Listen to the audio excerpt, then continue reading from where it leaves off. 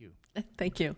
Okay, we're going to start with our questions. We're going to start with Gain and work our way down and end with Marlene. So we got to get the microphone. Okay. The first, so you have up to a minute and a half. You don't have to use the whole minute and a half, but you can, certainly. Everyone's going to answer this question. So, can each candidate describe their living experience in Palos Verdes? When did you move here? What neighborhood do you live in? Based on your tenure and the neighborhood you live in, what will you do to represent all property owners? So I live in, oh my goodness, I just blanked on it. I live in Monte Malaga, and that's the only area that I've lived in PVE. I haven't moved around within PVE. My experience with wanting to relate to all the other communities that live here would be that I've been very engaged with the Palos Verdes Homes Association since 2011 with regard to view restorations. Very, very engaged. And I think as many other people have been engaged and been fighting or in conflict or in concert with the Home Association trying to protect their views, the ones they bought when they moved into their home, or the ones that they've now lost because of giant ficus hedges or vegetation or overgrowth of trees, etc. So I think we all share that in common. I would be fighting to enforce what you first got when you first moved here and is protected by these original CC&Rs from 1923. Thank you. Dick. I moved here in the very early 70s, into Monada Bay. Dick, I think you turned it off. I moved That's here. better. I moved here in the early 70s into Monada Bay.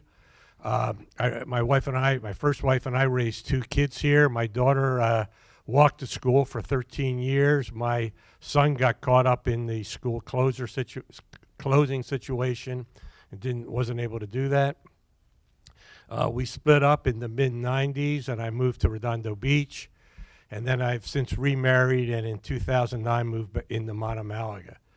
2008, I'm sorry. So I've lived in 2 sections of PV. I know a lot of people throughout the whole city because I'm also at the golf club, and like I think all of us love it here and want to try and preserve the life that we bought into. Thank you. John. So I moved here in 1991 into Monte Malaga, where we're still living in the same home with my wife Renata and our 2 sons. Our 2 sons went through the public schools here in Monte Malaga and then PVIS, which is now the high school, and Peninsula is where they went to in high school. I believe very passionately in this being a very special community. We are very unique in this country.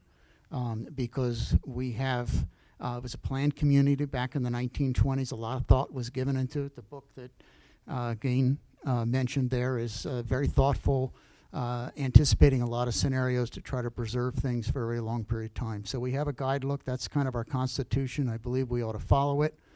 I believe rules are meant and laws are meant to be followed, and we should be doing that. Now, as far as encroachments, I think we need to tackle the major encroachments that are out there, and we ought to have significant things for that. So I think it's a special place. Very few communities have as much open space as we have.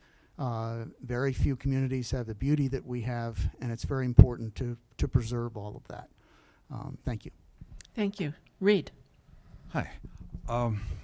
I'm newer than most people up here and possibly in the crowd, but I've still been here for 15 years.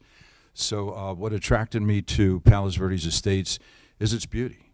The ocean, the views, the landscaping, and also the history with the Olmsted. I think those of you that are familiar a little bit with the Olmsted are familiar with really how unique our community is.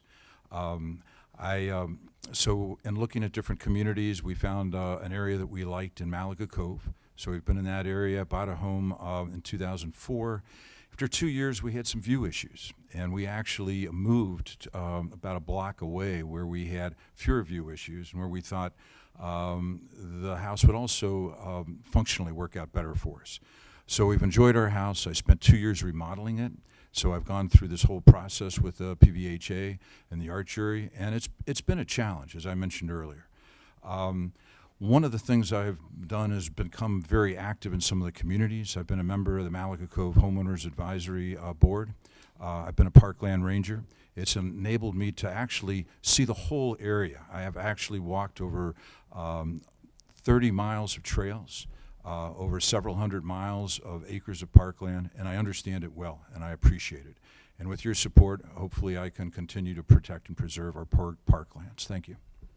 Thank you. Charles. My family and I raised 3 kids in Lanada Bay.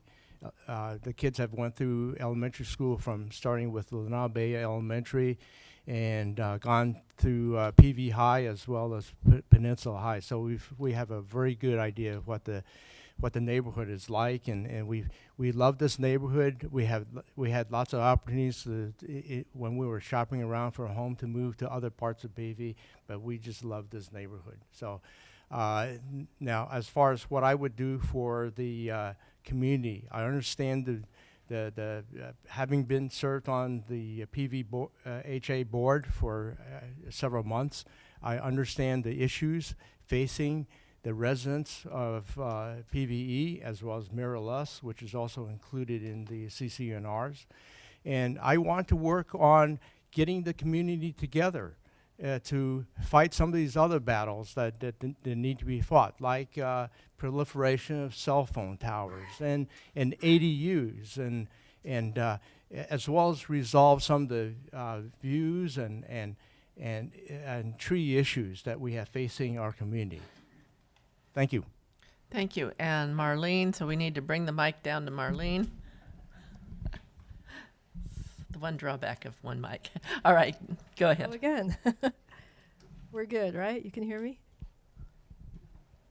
Okay. That's good, yeah. There we are. Okay. We've lived in PVE since 1985. My husband and I moved here with our young children, and they've gone through the schools. I think what attracted us was the open space, and we're just a block in from the cliffs. We're on Chelsea, which is a really good kid street. Halloween was amazing this year. And I think the ability for the kids to be able to walk to school, for us to be able to walk up to the market. My business is 3 blocks from my house. This is like the ideal community. We have fresh ocean air. Beautiful architecture, beautiful landscaping.